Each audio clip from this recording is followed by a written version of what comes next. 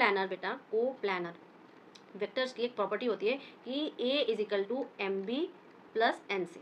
ठीक है, अब A क्या है, देखो A मेरा है 2i plus 2j minus 2k, right, जबकि m टाइम्स ऑफ B करना है। B क्या है, 5i plus Y J plus k plus n times of आपके i plus 2j plus 2k करना है। क्लियर है ना, ये चीज़ क्लियर है?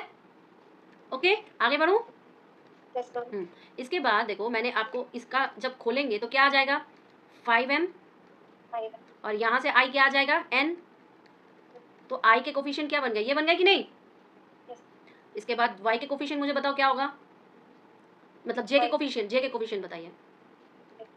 तो हो जाएगा m plus my plus 2n। 2n, very good, समझ में आ रहा है ना बेटा?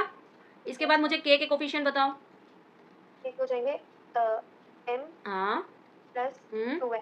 वेरी गुड, क्लियर है ना? अब मैं क्या किया था पिछले बारे क्वेश्चंस में, कोफिशिएंट्स को इक्वेट किया था। क्या किया था, कोफिशिएंट को इक्वेट किया था। करो, तो कोफिशिएंट इक्वेट करने के लिए हमें क्या मिल जाएगा बेटा जी, बताओ।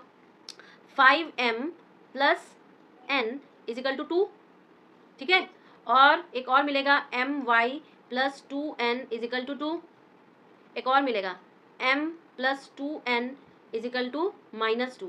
ठीक है, अब देखो हमें माइनस करना है, अगर मैं इसी में से दिखा लूँ तो n is equal to 5m minus 2 आ जाएगा, n is equal to 2 minus 5m, ऐसे लिख सकती हूँ, लिख सकती हो ना? तो m प्लस यहाँ पे twice times of 2 minus 5m is equal to minus 2। Solve करो इसको, m plus 4 minus of 10m is equal to minus 2। ठीक है, तो इधर क्या हो जाएगा, माइनस 10 में से तो माइनस 9 हो जाएगा, minus 9m is equal to इधर माइनस 2 है, उधर जाके माइनस 4 तो माइनस 6 हो जाएगा कि नहीं, बताओ? Yes ma'am. हो जाएगा। तो अब ये क्या आ जाएगा, माइनस माइनस तो इसका कट गया, m इज इक्वल टू 6/9 आ गई, यानी कि 2/3 आ गई ना? चलो, अब जब 2/3 ये आ गई तो n क्या आ जाएगा, n is equal to 2 minus 5 into 2/3, यानी कि 2 माइनस 10/3, यानी कि 6 माइनस 10/3, यानी कि माइनस 4/3। क्लियर है?